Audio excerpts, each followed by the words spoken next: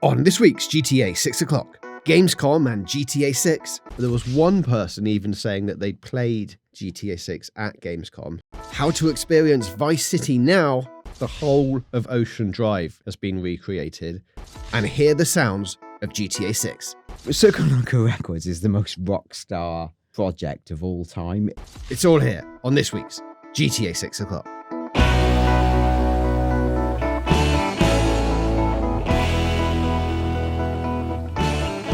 Hello and welcome back to GTA 6 o'clock, or welcome to GTA 6 o'clock if the algorithm has done its job and you stumbled across this for the first time. This is episode 87 of GTA 6 o'clock, the world's most in-depth and best connected GTA 6 show. This week we are back in the studio. Yes, after 2 weeks of being apart, everyone is back in the country and back in the room. So let me introduce ourselves as we get into this week's episode. I am James JJ Jarvis, and sitting here to my right is Dan DD Dawkins. Welcome back, Dan. Hello, it's a pleasure to be back. It's been 3 weeks maybe since we've been together talking about GTA 6. Good Lord, it really has. Yeah, I can't. Did we do one explaining my phantom illness and then my subsequent illness and then us being... There's been a lot of illness, folks. A lot of illness. There's been Gamescom, so it's finally time to get back in the saddle. Yeah, big month. You were away for a little bit, ill. Then you were back for a week, but then went on holiday. Then Gamescom happened. Then we mysteriously missed last week. And actually, listeners, we asked you on X for your predictions as to why this might have happened. And for anyone interested, we had some great suggestions. CircoHawk said there was little of worth to talk about other than speculating on some speculation of Red Dead 2, PS5, Switch 2 and Xbox Series X ports. And then he said, I'd still listen. So, yes. Brad said, got invited to Rockstar North for a full preview of GTA 6, spilling the tea next week. Let's go.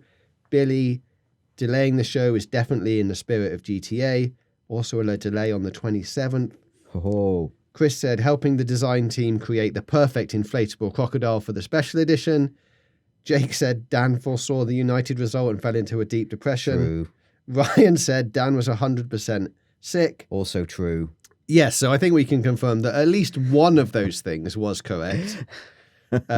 Maybe a few more, who knows? But definitely at least one. So thank you for all your messages and support. We are back now and ready to talk about everything GTA this week. And speaking of X and Gamescom, I guess, there were a few posts on X this week from Gamescom. Well, not this week, last week now, I guess. And maybe even the week before when people were actually there. Of people standing in front of a Rockstar logo and saying, what is inside this mysterious booth here at Gamescom? There was one person even saying that they'd played GTA 6 at Gamescom, standing in front of the same logo and the same booth. So we should probably put this to bed right now. I was at Gamescom while you were on holiday, Dan. I can say that that logo was there, but it was part of the Take-Two booth in the business area of the convention, which is something that happens every time Take-Two has a booth. They put all the logos from their studios on the side of a booth, because why wouldn't they? Like, they want to promote all of those things. Inside that booth, you know, here's the real scoop, were posters for Red Dead 2 and GTA Online. A lot of the GTA Online DLCs had posters up there. Nothing for GTA 6 was there, not even the poster of the cover art or anything like that. It wasn't being used to show anyone anything. There was no hands-on there, not even for me. The area was just being used for like Take-Two business meetings and chats and stuff. There was nothing GTA 6 related at Gamescom. So let's put that to bed. Oh, you're stroking your chin, Dan, like maybe there was something there. What if? That's what they wanted you to think. Sure, so but I was there. A fake. Yeah, for you, knowing you'd be there, they created a fake booth that you could debunk. Oh, but you needed to go one layer deeper to see how deep this rabbit hole or trapdoor, whatever mechanic they used, for the people who actually got to play GTA 6. That's true. I needed to go behind the closed doors, Exactly. You only went behind the closed doors. That is and true. Then surface level said there's nothing to see, when in fact, Anyway, like, I'm not sure I actually believe It any didn't of that. flick the mystery So, switch inside yeah, the secret it was room. probably just as it looked. So, yeah, there we go. I mean, not even disappointing. I didn't No. expect in any world for... I think it's even remarkable that the Rockstar logo was visible at a major gaming event. That's the only remarkable bit of it. Yes. And just for clarity, it was only in the business area, Yes. which is obviously you can walk around there as press and creators and take pictures and things, but it's definitely an area that is a lot less media heavy. Like if Yeah. you're filming and doing any pictures, you're doing that on the show floor where all the big flashy booths are. Most of the booths at Gamescom are, made up of big white walls with some pictures on the front of it or some branding from whoever it is. So it's not really a place where they expect a lot of coverage to come from. But obviously, like you say, I guess if you're putting a Rockstar logo on anything, people are going to take pictures of it. But with all that being said, Dan, obviously we got nothing at Gamescom as expected. So when do we think we can expect the next content drop?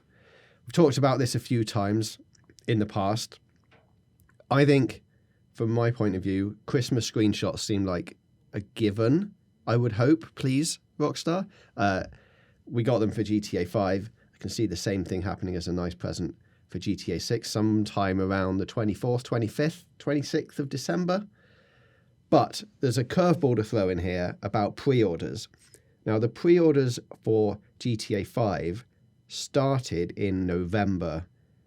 Now, are you ready to feel old here, Dan? November 2012 is when the GTA 5 pre-orders started. Now, that came with just an announcement, no other content, so no screenshots, no trailers or anything, just a post on the newswire saying pre-orders are live now.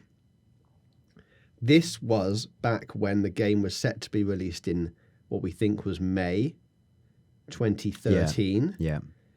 Which carried on being the case until January of 2013, when the game then got delayed to September the 17th, 2013, which is when it eventually came out.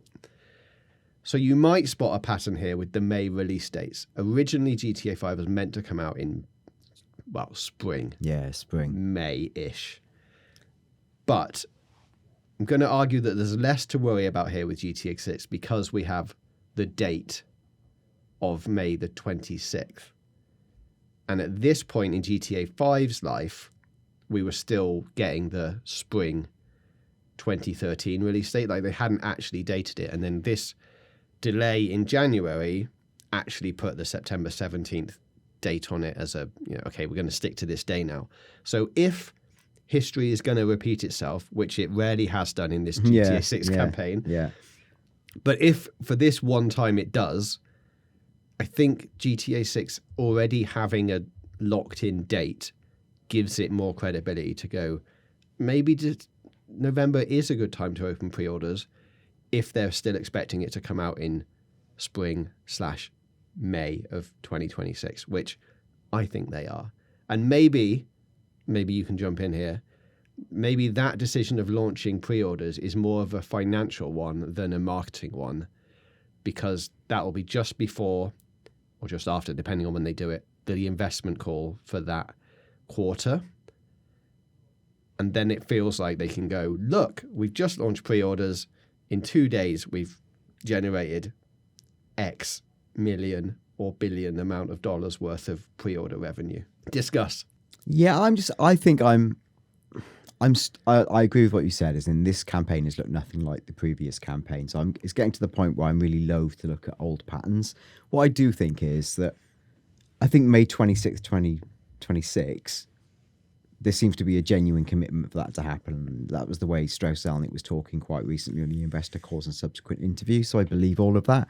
So I guess then if you were to say, pre-orders begin approximately 6 months before, then I do feel quite good about November-ish for pre-orders beginning. And then I guess it's just a question then of whether it's no further information, people, pre-orders begin, or here is an asset of some description which ends on the message, the call to action of pre-orders begin.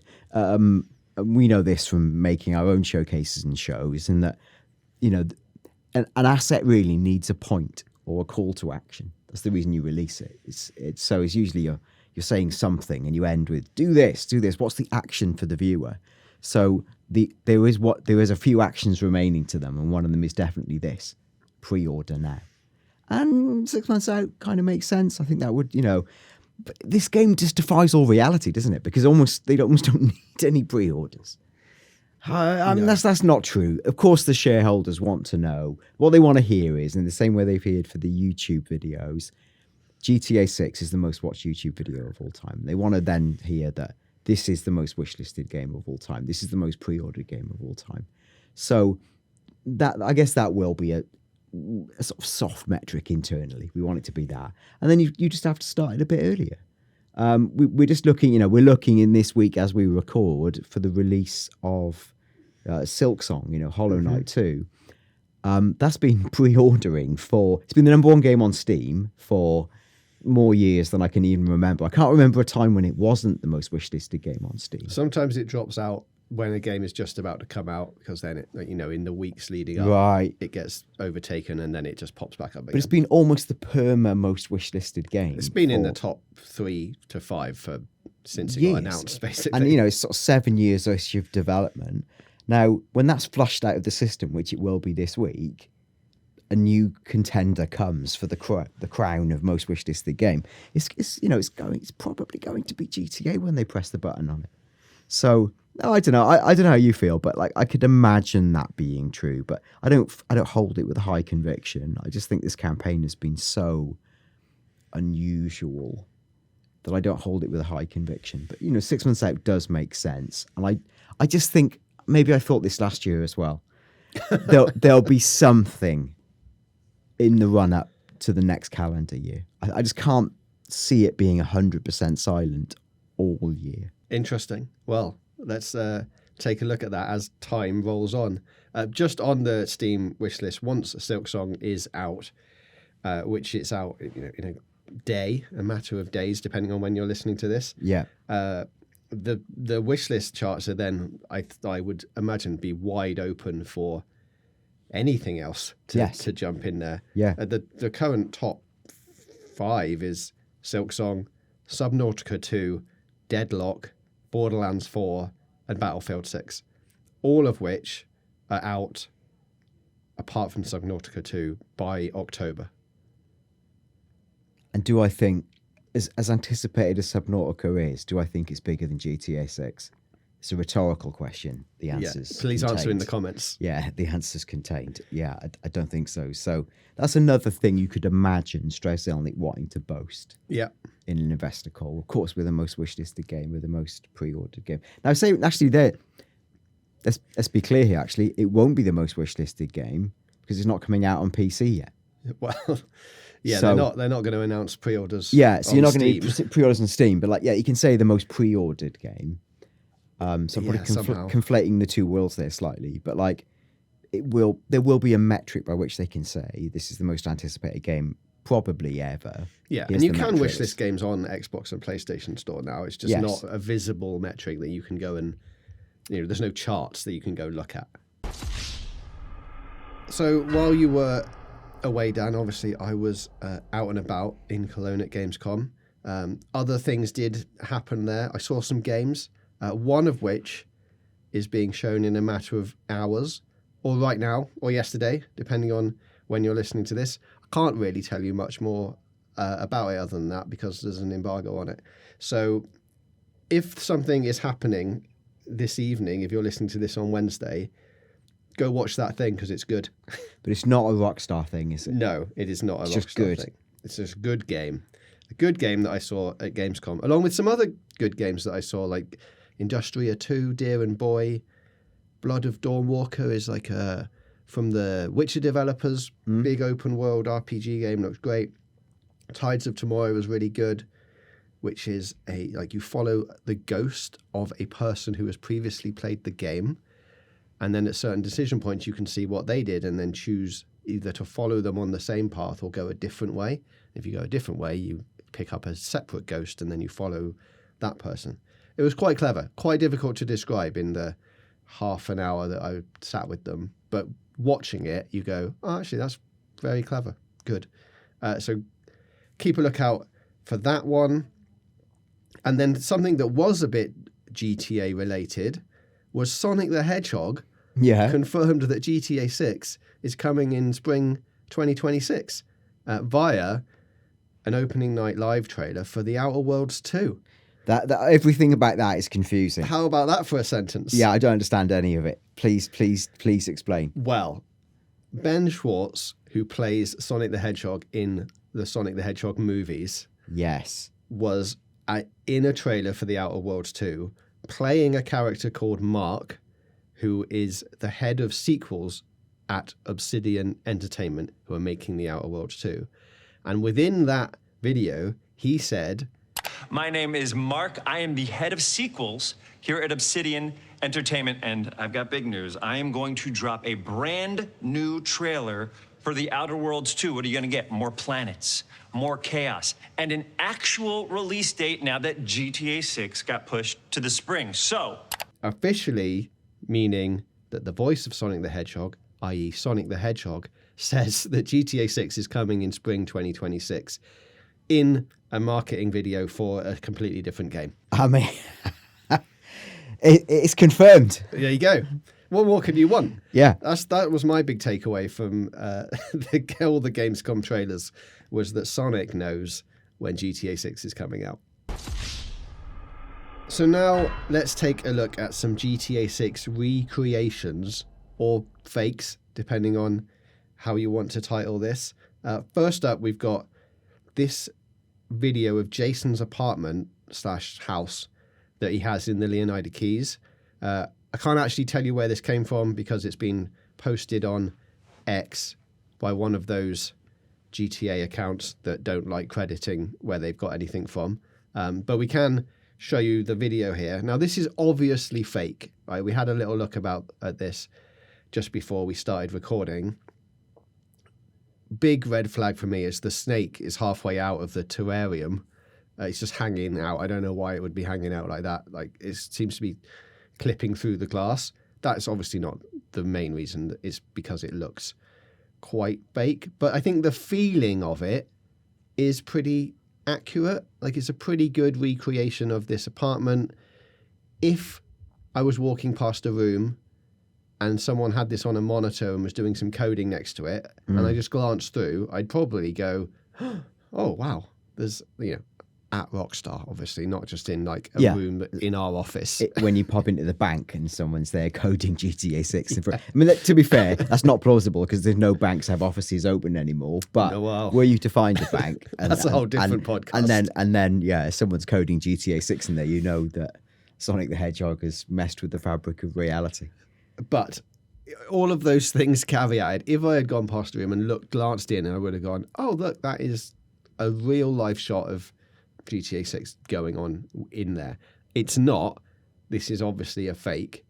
But I think it's quite good. And once they actually end up going outside and you see the landscape and stuff, I could say it's reasonably close to what I think GTA 6 is going to look like, if not a bit worse, which is incredible. You think what GTA 6 will look worse? No, better than this. Yeah. Oh, yeah. It definitely looked better. I think my gut was, obviously fake. The house, to me, looked weirdly angular, almost like it had been done in Unreal Engine's version of the IKEA flat pack tool. Yes, everything dropped, which is quite kind of probably true. Like, there was a lack of angularity and depth to it to me. But when the video leaves the house, it's quite compelling. It's a really good recreation of what we've seen in trailer 1 and 2. I quite like it. But actually, I think if this was how it actually looked, I'd be a bit disappointed with the angularity. Well, let's move on to the next one then, which is the whole of Ocean Drive has been recreated. This one we can credit. This was done by Fresh War. They said it's taken them around 300 hours to recreate Ocean Drive from GTA 6 1-to-1 in Far Cry Arcade on PS5, and I'm excited to present the release trailer.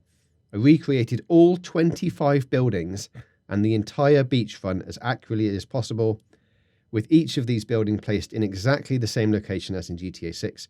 I had to rebuild and redesign houses, move finished streets to achieve the maximum accuracy within Far Cry Arcade's limitations. A huge amount of time went into figuring out how to get around the restrictions, which were present in almost every aspect of the editor.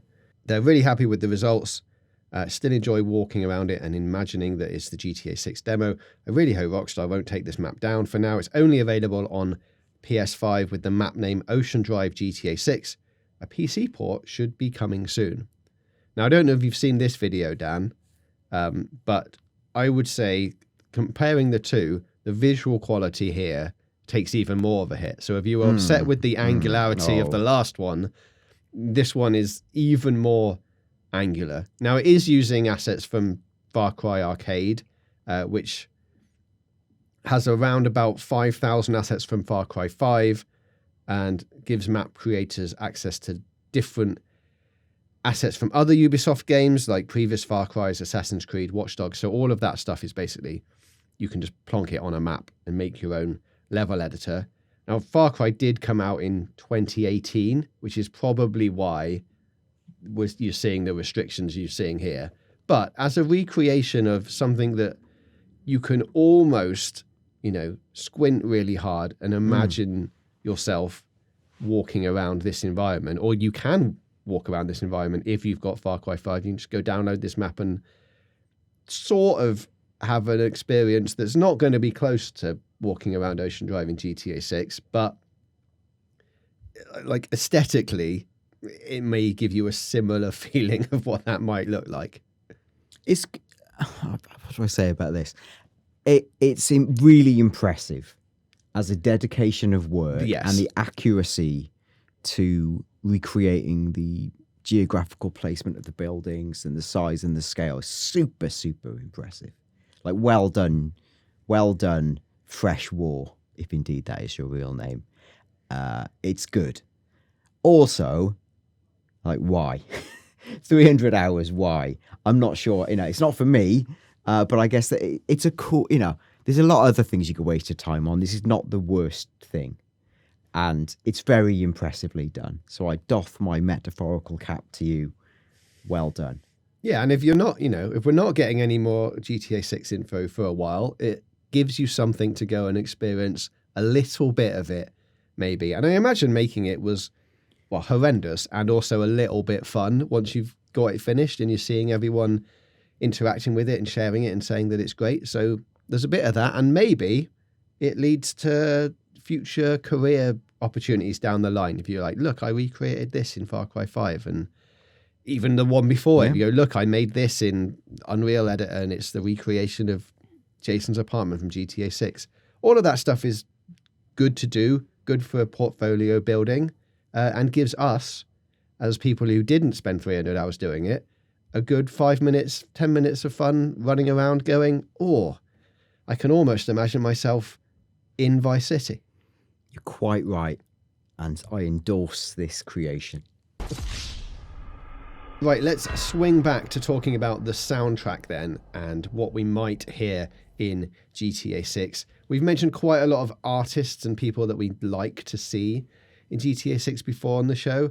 We haven't really touched upon CircoLoco Records too much. Now, this is a partnership between CircoLoco, who bill themselves as one of the world's most influential brands in global club culture, and Rockstar Games, creators of some of the world's most popular and critically acclaimed video games, with a view to supporting underground dance music culture worldwide in the physical and digital worlds. CircoLoco Records will break new ground in an effort to support dance music culture and represents an opportunity to elevate the scene through the collective power of these two entertainment brands. Now, how do you feel about that marketing statement there, Dan? There's quite a lot of fun words going on in there. Yeah, this is the most... CircoLoco Records is the most Rockstar project of all time. It's them at their most earnest, and I guess harks back to their... Rockstar it was founded by former music record executives. This harks back to their roots. It's a very authentic thing for them to support, and it supports a lot of exceedingly credible house dance music. It's credible, I guess, also quite niche. Like this is not necessary. You know, when we've talked on the show in the past, like people like DJ Khaled and sort of say household names, almost household names who might be on the GTA soundtrack. People who are in the charts. Yeah, CircoLoco Records is a little bit, and excuse me being glib here, it's like Whiz Bang and Plopsy, or like, you know. Wow. Yeah, but like, you know, the people that just, for me, who's someone who's not as into music as he used to be, it's quite niche. And I think a lot of people will feel the same way. Other people will go, you're a flipping idiot. This is the home of ultra credible artists who are actually huge in moving the scene forward, right? That's absolutely legit. I'm just saying there's potentially two sides to this coin. Yes. It's like, I mean, as they say, it's sort of an underground record label, but also I think it's the kind of music that will get big in like the club scenes, Ibiza and that kind of stuff. Yeah. That if you were, let's say, early to mid 20s, you might be hearing a lot of this music in the clubs if you're going out to those kind of holiday destinations. Yeah, and I'm not, because I spend all my time ill getting upset about my football team losing. So, like, I'm at a different stage in my life. So, Whiz Bang and Plopsy mean nothing to me. But for the average CircoLoco listener, credible stuff. Maybe the Ibiza Final Boss likes these records. You just can't tell. No, there you go. But I guess all of this comes full circle back to the question of, do you think then, because of this collaboration and how all of this stuff, that a CircoLoco radio station in GTA 6 is a distinct possibility? I do wonder, actually. This is a good question. Thank you. It would be the most overt piece of marketing for themselves, almost to the point where it's, because they're so arch, it's too overt. But did you think people make that connection? If it just said CircoLoco FM, I don't know if that many people would go, oh, that's the Rockstar collaborative record label that are now playing me some tunes. They might just go like, oh, I like that CircoLoco FM tunes. I think exactly that. I think given how mainstream GTA 6 will be, most people wouldn't give it a second thought. They would just go, it's just the deep house and dance channel. Yeah. That Whiz Bang and Plopsy track is an absolute banger.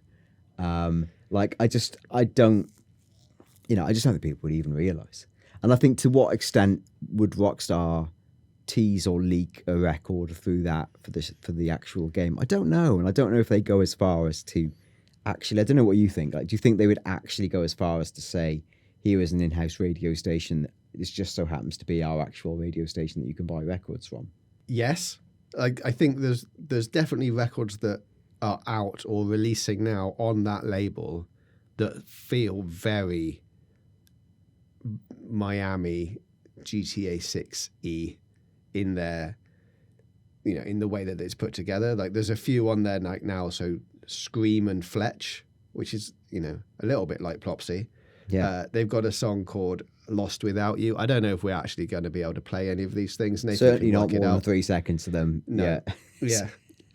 You can put them on in the background, Nathan. We'll just talk over the top of them. Yeah. Prosper and Josh Baker have a song called You Don't Own Me. And then Prosper is back again with this rhythm.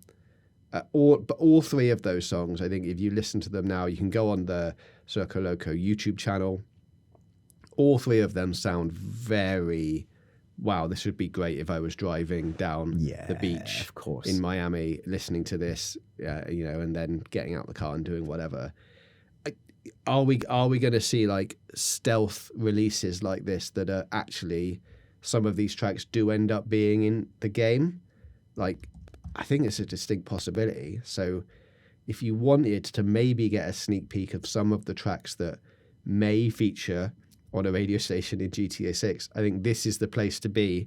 And you can go and comment on those videos and say, hey, I was here before this blew up and got 2 million views for being like one of the tracks that plays out. I can see these playing out like in club scenes, especially in the scene that we've got with like Jason and Lucia, who are in that nightclub and dancing. One of these tracks could be on there in the background very easily. And the flip side of that is, like you say, it could easily also be a DJ Khaled song or something else from the charts. So I think there's a little bit of, you know, take this how you would like, but if you were asking me if there was going to be a CircoLoco FM on the radio dial of GTA 6, I, at the moment, would say I feel pretty good about that happening. And finally this week, just a shout out that the actor Graham Greene, who played Rain's Fall in Red Dead Redemption 2, has sadly passed away at the age of 73. He did loads of other stuff apart from Red Dead. He was Marlon in the Last of Us TV series. He's got credits in The Green Mile, Dances with Wolves, Maverick from 1994, and loads more. So whatever you're doing this evening or whenever you're listening to this podcast, raise a glass or a taco to Graham, and maybe go back and replay Red Dead Redemption 2 again. Oh, here. All of which brings this week's episode to a close. Dan, thank you for being here this week. It was nice to hang out and talk about GTA together again. I am now amazingly going on holiday. What? But I think we are going to try and work something out for the next week or so. So hopefully we'll be back together again next week. If not, it'll be Dan on his own, probably lamenting the fact that I'm away. But let's see what happens. So please, if you've got any thoughts about what we've talked about this week, put them in the comments. If you're listening or watching on YouTube, you can get in touch with us on Twitter at GTA V O'Clock and on email gtavioclock@gmail.com. Please keep all your comments coming in, and we will be back next week for another episode of GTA 6 O'Clock.